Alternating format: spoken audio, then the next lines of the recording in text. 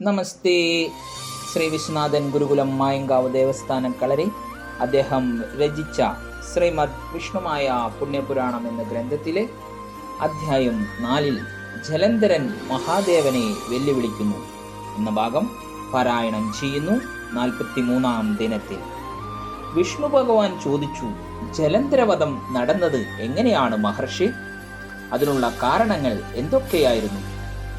ശ്രീ മഹാവിഷ്ണുമായ അതിനുവേണ്ടി എന്തൊക്കെയാണ് ചെയ്തത്? മാതാപിതാക്കളിൽ നിന്നും എല്ലാ വിദ്യകളും കരസ്ഥമാക്കിയ സ്വാമി അവരുടെ അനുവാദത്തോടെ ജലന്ധര നിഗ്രഹത്തിനായി തൃശൂലത്തിൽ ലയിച്ചു. ഭൂലോകത്തിൽ തന്നെ പ്രശസ്തി ആർജിച്ച വൃന്ദയുടെ പാതിവൃത്യം ജലന്ധരന്റെ രക്ഷാകവചമായി.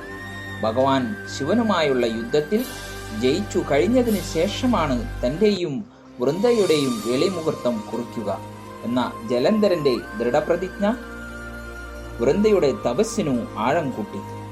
വൃന്ദയുടെ അതികഠിനമായ തപസ്സിനാൽ ജലന്ധരനെ വധിക്കുക എന്നത് പ്രപഞ്ചത്തിലെ ഒരു ശക്തിക്കും തന്നെ അസാധ്യമാണ്. കൂടാതെ ശിവാംശമായ ജലന്ധരനാകട്ടെ അവിടുത്തെ പോലും യുദ്ധത്തിൽ പരാജയപ്പെടുത്തിയിട്ടുള്ളവനാണ്. 14 ലോകങ്ങളും കീഴടക്കിയ ജലന്ധരൻ അറിവിലും കായിക ബലത്താലും നിപുണനാണ്.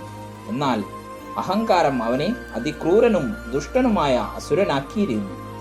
അസുരഗുരുവായ ശുക്രാചാര്യർ അവന്റെ ദുഷ്ടതയ്ക്ക് കടുപ്പമേകി.